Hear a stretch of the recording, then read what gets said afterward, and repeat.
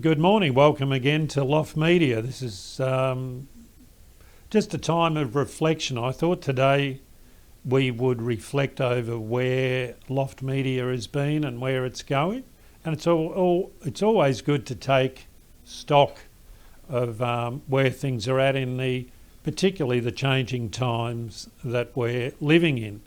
Now, the foundation of Loft Media is about telling the truth, and it's also about democracy in Queensland. So we called that out a couple of years ago here, and that's been the goal and direction, and it will be as we march on into more turbulent times that I can see. So just a very recent new direction for myself. I've decided to go on what I've called a media fast. So I know that fasting is good for the body on occasions to go without certain foods that you might be addicted to, and to clean out your system. So I've decided to go on a fast from the things that I've realised are not good for me. And what I'm finding is the media in general lies a lot. So we're living in the times where what was the truth is now called a lie, and what are lies are now called the truth. And I'm finding, and I'm very content in this basis, that for quite a long time now I no longer watch the ABC news, and for the next 30 days I've decided I'm not going to be watching Channel 7 News, Channel 9 News, Sky News. I'm not going to watch any of the TV news that I might have glanced across in the past. I've also stopped subscribing to the Brisbane Times, and I won't be looking at headlines in the Courier Mail or the Melbourne Age or any of those what I call the public media that I think has lost its way. Journalism used to be made up of curious people who would investigate things, but these days, unfortunately, they're just singing the mantra of government, and I'm not comfortable in where government is going here in Australia, both local, state, federal. So, and I know I'm not alone. I know there's a lot of people out there who alarm bells are starting to go, particularly with democracy as an increasing concern for more and more Australians, well, particularly in here in Queensland as well.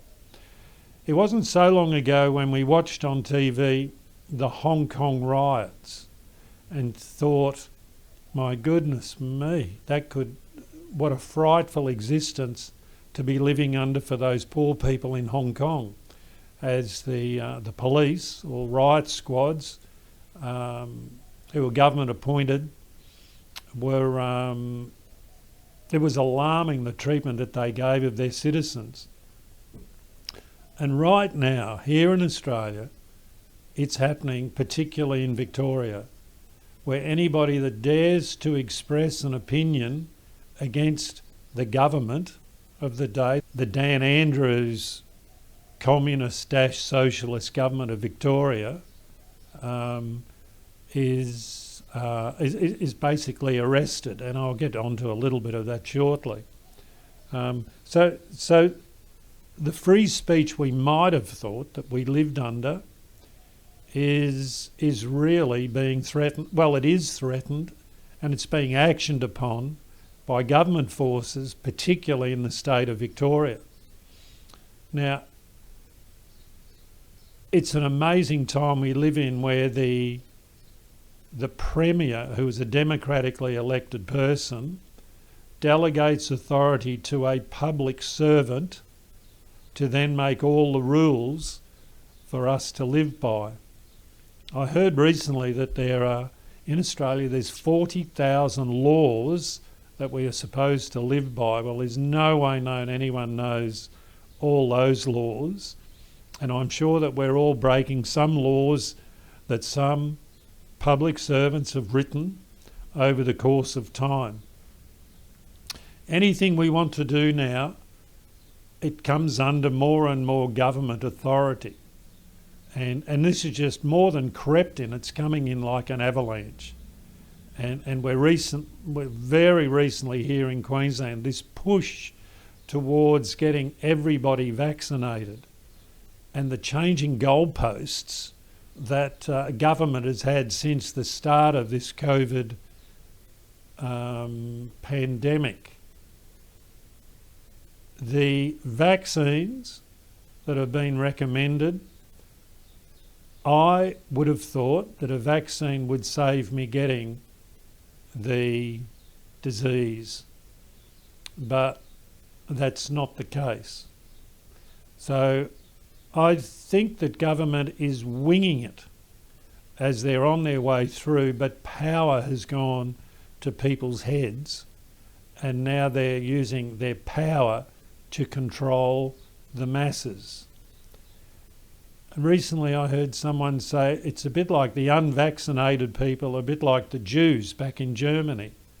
And so the challenge for anyone who has an opinion that they don't want the vaccination are being dobbed in by those that have got the vaccination, and there's this exclusion of the unvaccinated, even to the extent if things roll out this way, there will be shops that people cannot attend if you are unvaccinated. So unless you're carrying the mark of the vaccinated, then there will be shops that somehow the shopkeeper has to police.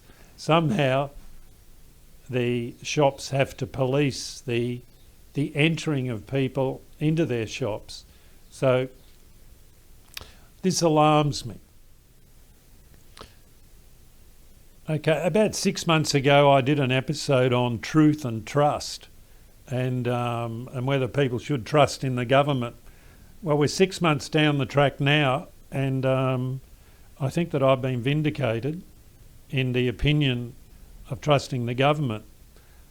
We here in Queensland had a parliamentary inquiry into the CCC, that's the Corruption Commission of Queensland, and it is some of the findings that came out during that inquiry is quite astounding as to the bias within the CCC of some of their early judgments on whether people are guilty or not.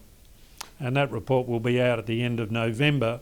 They're hoping that the government will act on it. But we'll just wait and see. I mean, I'm quite convinced here in Queensland, it's not far behind the state of Victoria. And I think Western Australia is very similar in the power that has gone to politicians' heads, who have then delegated to public servants to make the rules for people to live by. We're living in alarming times where the democracy is being challenged right in front of us.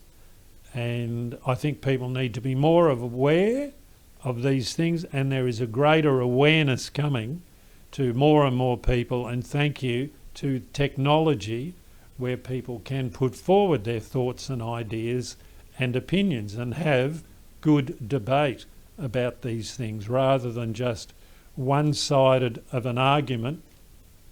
And if you don't believe that side, then you're basically an outcast. And that's not the way democracy has run and hopefully will run in the future. And I use that word hopefully.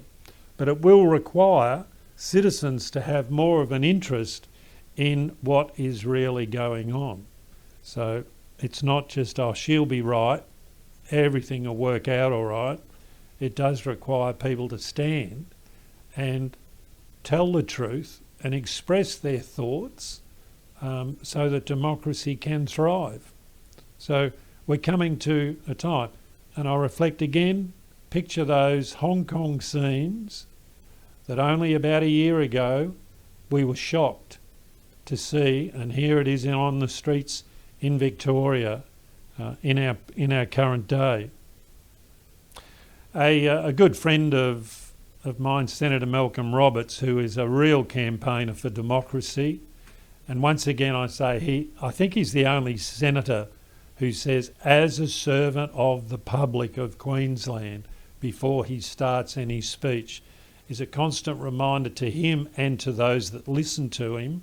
He regards himself as a servant of the people of Queensland, which I believe anybody in authority who's been given that by the citizens, that needs to be their attitude, is one of servanthood to the citizens. He recently spoke at a conference, and we'll put that up on our video that you can click into and have a listen. It was very good. It was 30 minutes of corruption in local government in Queensland. Malcolm is extremely informed in that space, and he without fear or favour, he's quite happy to speak up about the corruption that is in local government in Queensland, and well worth a listen to. This man always does his research before he opens his mouth. I recently came across an article, it's back in March actually, March 21, and it was in the Perth newspaper. I'm not too sure whether it even got to the Queensland newspapers. The Queensland State Archivist has decided to leave Queensland government amid a battle over emails sent to Anastasia Palaszczuk. Now this was in the Perth newspaper, and we'll put a connector to that as well. But I'll just read part of this article by Marty Silk from the AAP. Queensland's outgoing state archivist says public records laws aren't keeping up with technology amid an email scandal involving the Premier. Mike Summerall unexpectedly left his position last week amid a battle over 4 private emails sent from Transport Minister Mark Bailey to Anastasia Palaszczuk.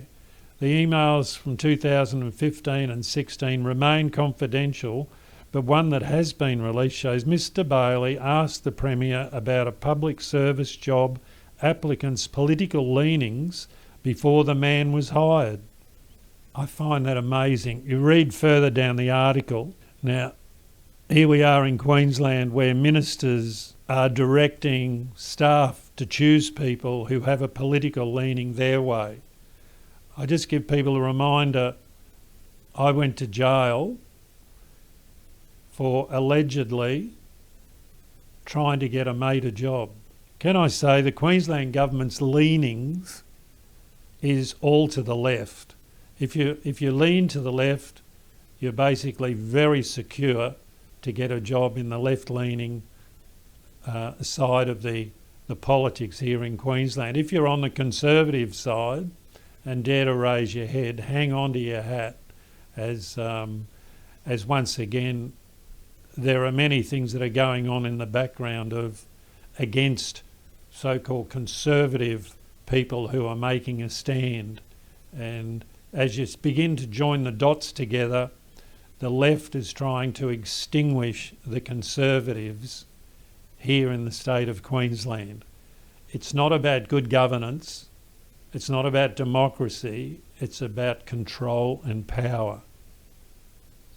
Another very concerning report that came out was an investigation called Investigation Arista, which was a report concerning the investigation into Queensland's police services 50-50 gender equity recruitment strategy.